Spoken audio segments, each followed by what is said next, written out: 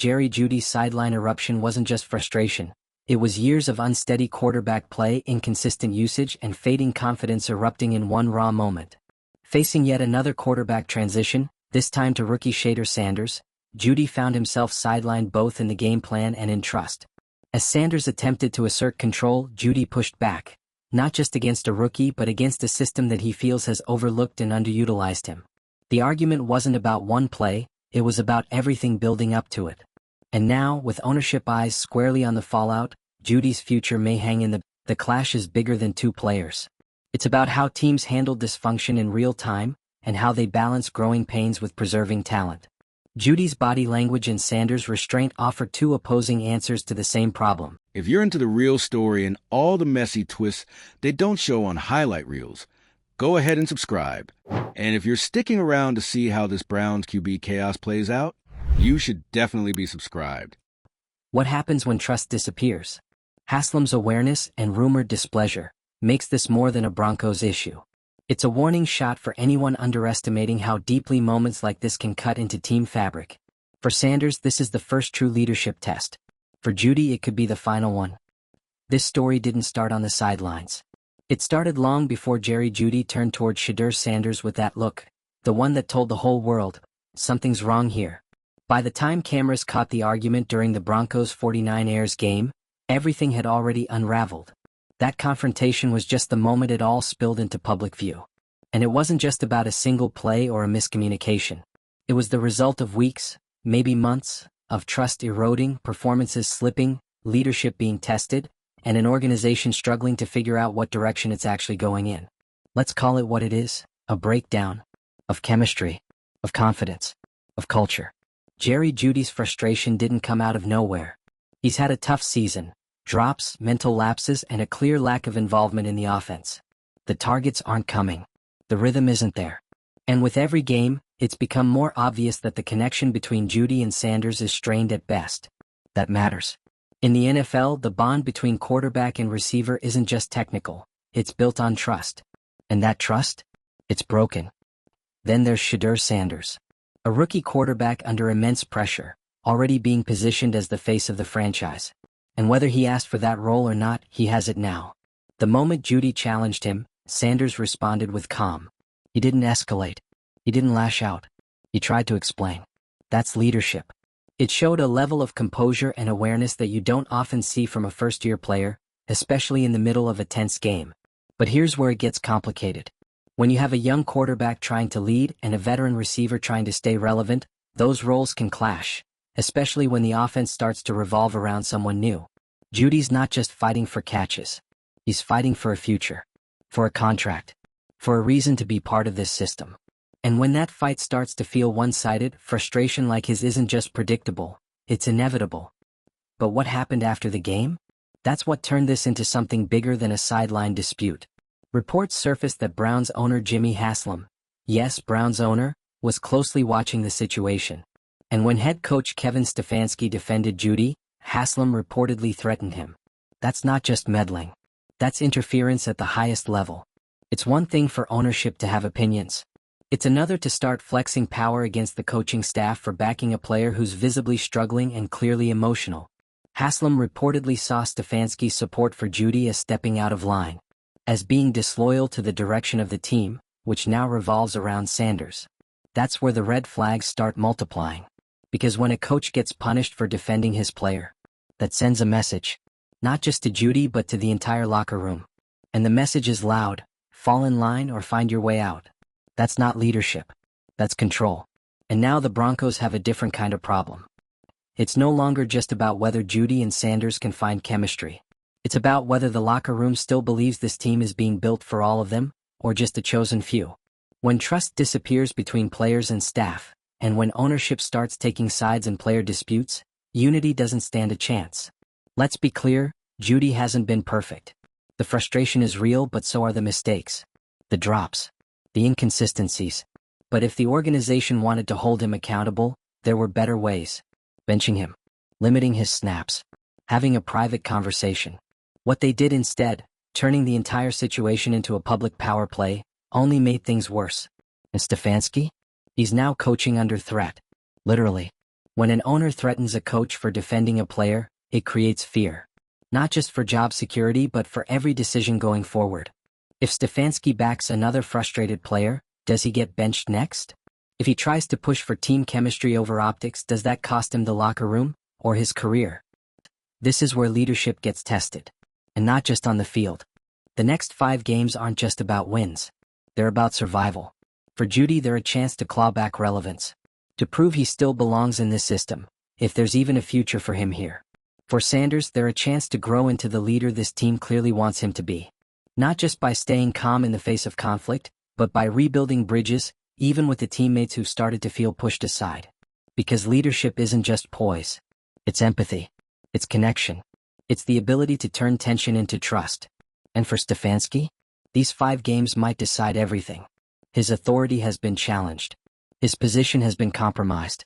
He now has to balance coaching the way he believes is right with navigating ownership's demands, knowing that one misstep could be his last. And hanging over all of this? Haslam's shadow. His track record shows he's not afraid to make bold, even reckless moves. He's influenced trades, pressured staff, sided with certain players. And now, by reportedly threatening a coach for showing support to someone other than Sanders, he's made it crystal clear where his allegiance lies. That's not strategy. That's ego. And it's poisoning the culture. Because here's the reality. The NFL is about more than just talent. It's about managing people. Egos. Emotions. When ownership, coaching, and the locker room aren't on the same page, teams don't just lose games, they fall apart from the inside out. If Denver keeps operating like this, it won't matter how good Sanders becomes. No quarterback can thrive in chaos. No locker room can gel under pressure this toxic. And no coach can lead when their decisions are constantly being second-guessed by someone in a suit, watching from. So now we're at the tipping point. Will this team find a way to heal the rift? To rebuild trust, chemistry, and leadership before it's too late? Or is this just the beginning of a total organizational reset? You've seen the signs. You've watched the frustration. You've read the reports. What do you think? Was Jeudy wrong to blow up? Or is this what happens when a player feels completely sidelined? Did Stefanski overstep? Or did he do what every coach should do, protect his player? And what role should Haslam actually be playing in all this? Drop your thoughts in the comments. Like this if you're tired of watching talented teams collapse from the top down. Share it if you know someone who's been calling this drama since week 1. And hit subscribe if you want more coverage of the chaos that's turning headlines into full-on storylines. Because with the way things are going, this isn't the end. It's the start of something even messier. So let's talk about what's really on the line here. Because it's not just Jerry Jeudy's role in the offense or whether Shedeur Sanders can prove he's the leader this team needs. It's bigger than that. It's the future identity of an NFL franchise that's clearly being torn in 2 different directions. On one side you've got the old guard. Players like Jeudy who came into the league with expectations, who've weathered the ups and downs of organizational turnover, inconsistent quarterback play, and shifting playbooks. Guys who have been in the building long enough to know when things feel off, and who've had enough experience to call it out when they see it happening again. On the other side, you've got a rookie quarterback who hasn't even finished his first season but has already been branded the face of the rebuild. A player who, whether fairly or not, is now seen as untouchable. Because when a franchise starts reorganizing itself around a single player this early in their career, it changes everything. Especially when that franchise is fractured. And hovering above it all is Jimmy Haslam, a name that keeps popping up where it doesn't belong.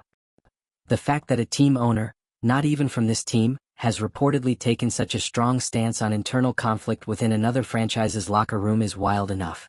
But the fact that he allegedly threatened Kevin Stefanski for simply defending one of his own players? That crosses a line. It turns a tense situation into a structural problem. A top-down failure. And it tells everyone watching, from the staff to the fans to the players, that this team isn't being built through collaboration. It's being dictated. And no one thrives under that. This isn't just about Shedeur and Jeudy not vibing on the field.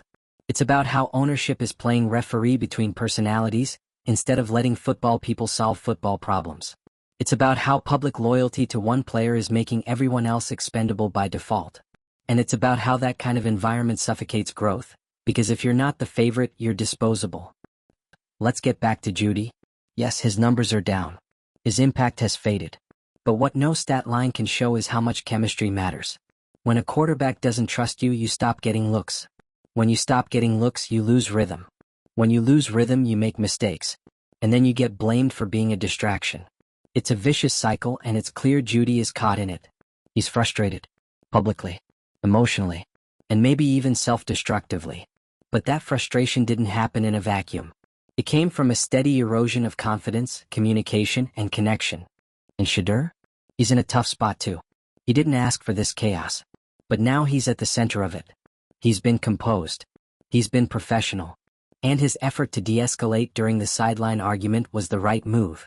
But being the calm one isn't enough when you're expected to lead a group of grown men, some of whom have more years in the league than you have college starts. Leadership in the NFL isn't about staying cool. It's about trust. Earning it, keeping it, restoring it when it... And that trust right now? It's fractured. There's a gap between Sanders and Jeudy that might never fully close. But even more concerning is the gap between the players and the people calling the shots. When guys in the locker room start to believe that their fate depends more on ownership's opinion than their own performance, they stop speaking up. They stop investing. They stop trusting the process. And that is how locker rooms fall apart. Stefanski tried to do what any grounded coach would do. He backed his player.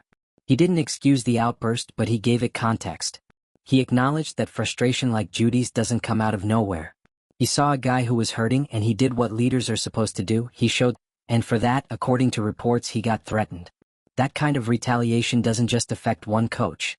It silences every coach under him. It tells the entire staff, pick the right player or pick a new job. And in that kind of atmosphere, you don't get coaching. You get compliance. You get scared decisions. You get people doing whatever they have to do to stay off the radar. And the players? They see it. They feel it. Even if no one says it out loud, they know when the energy shifts. They know when coaches are hesitant. When schemes are built to protect certain narratives instead of maximizing talent. And once that awareness sets in, you can't unsee it. You can't unfeel it. That's the iceberg Denver is headed toward. The next 5 games are a test, yes, but not just for Jeudy or Sanders. It's a test for the entire organization. Can they rebuild from this conflict? Can they reestablish mutual trust in the locker room? Can they find a way to align ownership, coaching, and players without letting one power center drown out the others? Or is this already over? If Jeudy doesn't get integrated back into the offense, it's only a matter of time before trade rumors become trade talks. If Stefanski can't operate freely without fear of front office retaliation, his job becomes ceremonial and eventually replaceable. If Sanders can't extend leadership to the full roster, even the players who challenge him, then he becomes a solo act in a team sport. And if Haslam keeps steering the narrative from behind the scenes, the franchise won't just lose games. It'll lose its identity. Because this league is ruthless. And it's loud. But above all, it's built on results. The NFL doesn't reward dysfunction. It exposes it. Over time, bad culture doesn't just cost games, it costs talent, loyalty, and direction. Denver doesn't have the luxury of waiting this out. The players already know what's happening. The media's already watching. The fans are already... So now the only question is, what are they going to do about it? Does Jeudy finish the season strong, prove his worth, and force the front office to reconsider? Does Sanders find a way to grow beyond his age and connect with every guy in that locker room, not just the ones who already believe in him? Does Stefanski hold the line and coach with conviction, knowing he's on thin ice? Or does this all collapse under the weight of too many agendas and too little? And here's the uncomfortable truth. This is exactly how teams spiral. Not because of one sideline argument. Not because a receiver yells at his quarterback. Not even because ownership decides to back one player over another. No, teams spiral when those small cracks aren't addressed. When leadership refuses to acknowledge the shift in the room. When conflict becomes so normalized that silence replaces accountability. And right now, that's where the Denver Broncos are headed. You can feel the energy shift. This was a team trying to build something fresh. Young talent, a new identity, an offense with potential. But what they've built instead is a fractured ecosystem. You've got a rookie quarterback with all eyes on him, being framed as the future. You've got a veteran wide receiver with one foot out the door, hanging on by sheer frustration. And you've got a head coach trying to hold it all together with one hand while the other's being tied by ownership. And Jimmy Haslam? He's not just meddling. He's orchestrating. Let's not pretend this is normal. Owners influence things behind the scenes all the time, but this? Threatening a coach for supporting a player? That's not just overreach. That's insecurity disguised as authority. That's the kind of move you make when you care more about controlling the message than fixing the problem. Because here's what Haslam is really doing, protecting the image of Shedeur Sanders. And not because Shedeur asked him to, but because the organization has already gone all in. They've built the future around this kid. They bet the house. And if anyone, player, coach, or otherwise, challenges that foundation, the reaction is swift and unforgiving. That's why Stefanski got targeted. Not because he was wrong, but because he made the mistake of showing humanity to the wrong guy. Jeudy, for all his flaws this season, didn't start as the villain in this story. He started as a frustrated player whose trust in the system had worn thin. When you run routes all game and never see the ball, when your quarterback doesn't look your way, when every mistake feels amplified and every success ignored, it gets to you.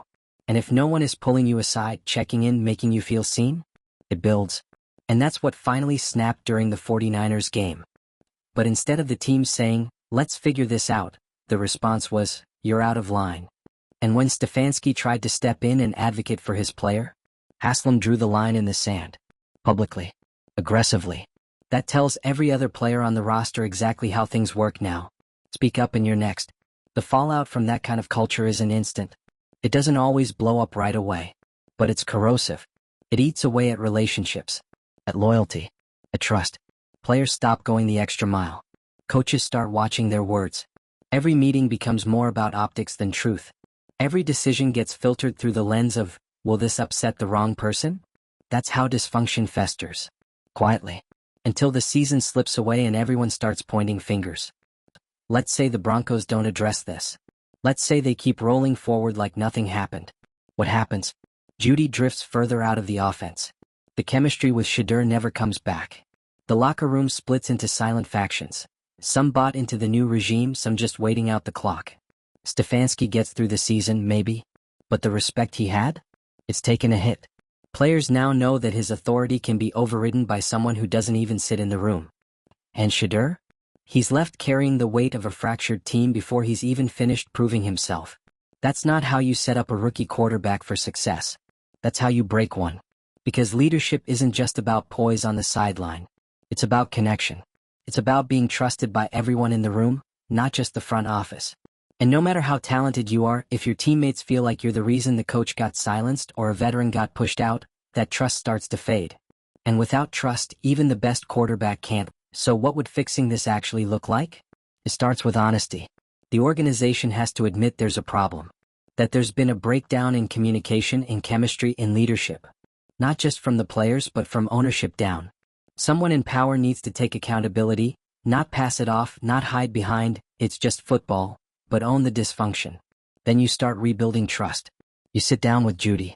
You ask him what's going wrong. You don't just tell him to play better, you show him that his role matters. That he's part of the solution, not the scapegoat. You do the same with Sanders. You reinforce that leadership isn't just about keeping your cool during chaos. It's about confronting hard truths, even when they're aimed at you.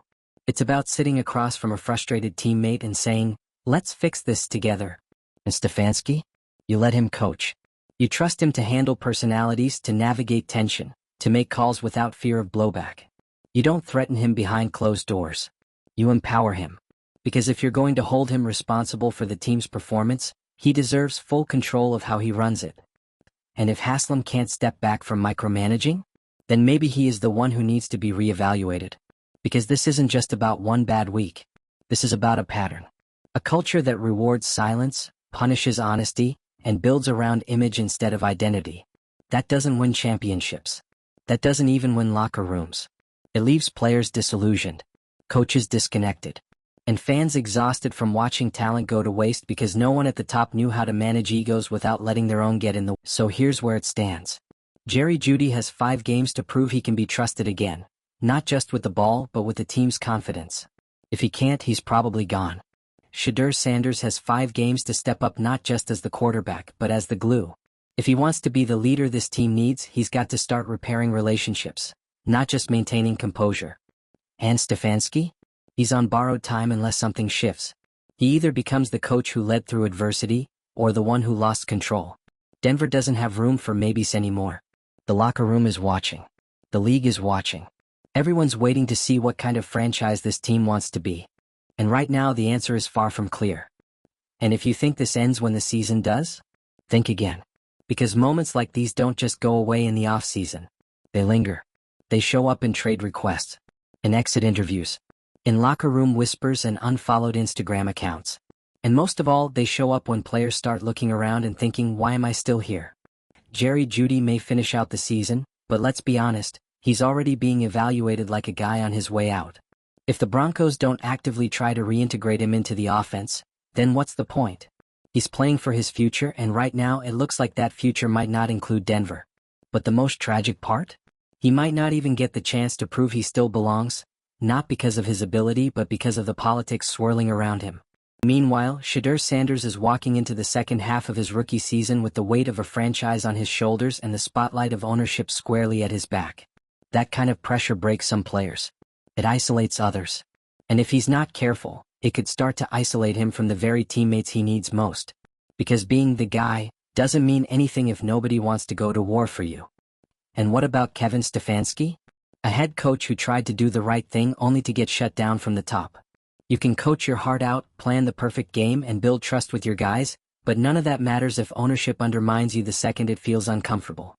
That's not a team culture, it's a corporate structure. And coaches don't survive long in. This isn't drama for the sake of drama. This is a turning point. Denver is at a crossroads whether they want to admit it or not. Do they address the real fractures and try to rebuild trust from the inside out? Or do they keep patching holes while the ship takes on water? Because you can't lead a locker room if the players are looking over your shoulder to see who you really answer to. You can't demand accountability from players if coaches get punished for showing loyalty. And you definitely can't build around a young quarterback if the team around him doesn't feel like they're part of the build. So what now? Is this the moment the Broncos finally course correct? Or the one where the whole thing starts to collapse? You've seen the clips. You've read the reports. Now it's your turn. Was Jeudy out of line or just unheard? Can Sanders rise above the noise and become the leader this team needs? And does Stefanski still have a voice in that locker room, or is he already out of time? Comment below. Like if you've been watching this train wreck build all season. Share if you're just as frustrated as the locker room. And subscribe because something tells us this drama is far from over.